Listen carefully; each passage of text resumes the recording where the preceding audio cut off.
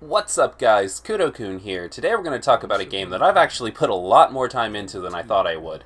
Namely, Ni no Kuni 2. Now I haven't played the first Ni no Kuni, but I get the general gist of what's going on. Donald Trump is on his way to San Francisco for some reason, when Korea finally gets the balls to send us a nuke and start destroying us all. The president is then somehow sent to the Miyazaki universe, where animals talking is a completely normal thing and the president is an 11-year-old. Unfortunately, things aren't going so well in Miyazaki land either, because there's like a coup and an uprising, and it turns out that having a toddler as your king leaves your kingdom a little bit defenseless. Shocking, I know. So when the dust settles, the game is about, and I am not making this up, the President of the United States leading a small boy into becoming the king of his own kingdom. Now, let me just say, I love the premise of this game. The idea of an actual leader of a country from our world going to a different world and teaching somebody who is young but of royal lineage how to lead and rule their own kingdom is adorable, and it's handled really well here. Also, the fact that it's the American president is just amazing. There's just something so flavorfully amazing about the President of the United States is the main character of an RPG. It's not like you can even blame us for being self-indulgent. Japan made this game. Also, I know this isn't actually Donald Trump, but his name is Roland, and Roland is just a tad bit too close to Donald for it to be a coincidence. As much fun as I think this premise is, the story does get rather slow around the middle of the game, when you actually start building a new kingdom. Around that part, there's really not much in the story going on, and it gets kind of linear, and what you have to do is really obvious, so the story doesn't stay strong the entire way through, but the beginning of the game, the end of the game, and a few parts near the middle of the game are very powerful. Also, the side content, baby. Side quests in this game are very fun, and I had a lot of fun doing them. Also, one other thing, if you're worried about spoilers, don't worry about it. I've made sure that all of the footage we're going to be using today is from like the first 1 or 2, maybe 3 chapters. And let me assure you, that's not even scratching the surface for the story in this game. Like I said before, I haven't played the first one, but I can say with absolute certainty that you do not have to have played the first one to fully enjoy the story in this one, if that's something that you're worried about. Now, I want to talk about the graphics. The graphics are very simplistic, but that's not really a bad thing here. See, they're not detailed, they're not going to be your Final Fantasies or your other Square Enix games that are coming out here with these highly detailed areas or anything, but they are very appealing to look at because of just how colorful and bright and how nice everything looks. If we're just being completely honest here, I don't see why a game like this couldn't have also been on the Switch, because I think it actually would have had a much better home on the Switch, but, you know, it is what it is. Maybe it'll get a Switch release sometime in the near future. Because honestly, from a technical perspective, I think the PS3 could have honestly handled these graphics, but again, I don't want to be too negative about it, because I don't think the fact that it's simplistic looking graphics detracts from how good it looks. Miyazaki is just everywhere in this game, and you can see his influences on every one of the characters and every one of the places that you visit. You've got the girl who has the face paint from the characters of Princess Mononoke. You've got Evan, who looks like a very tiny Howl fused with a character from The Cat Returns. Even the quote-unquote comedy relief mascot character has a face that looks just a little too much like the thing from Howl's Moving Castle. One thing that I just cannot praise this game enough for, though, are the smooth animations. The animations in this game are just unnecessarily detailed. When you go down some stairs, your character's animation shows that. When the wind blows, it blows through your hair.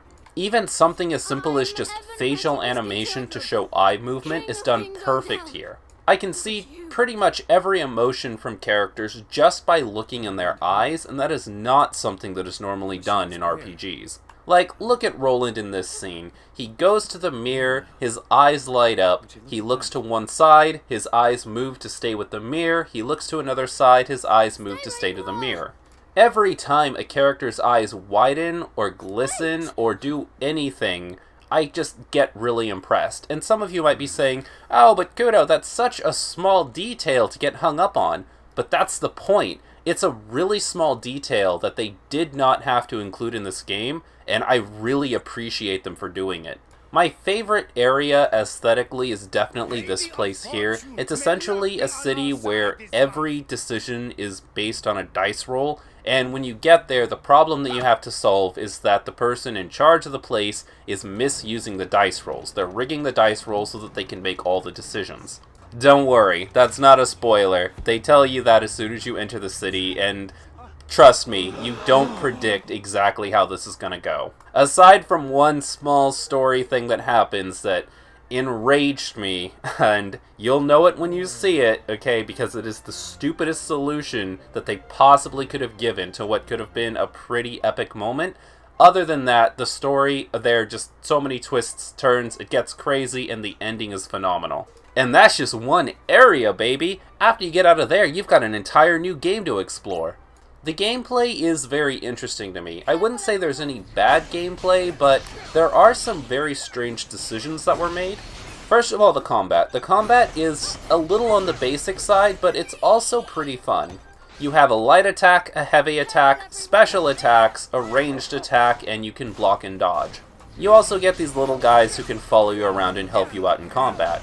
Now here's the weird thing about combat. There's actually a lot of nuance, like when you use a ranged attack, your character will hop to the side, so you can actually use it to dodge attacks, reposition, and all kinds of other stuff. You can also build up the power of certain weapons so that when you use a special attack, you use a super enhanced version of that special attack.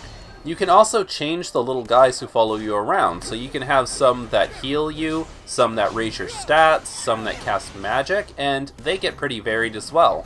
All of this sounds like it makes the perfect combat engine, but I do have one major gripe with it, and that is the combat in this game is far too easy.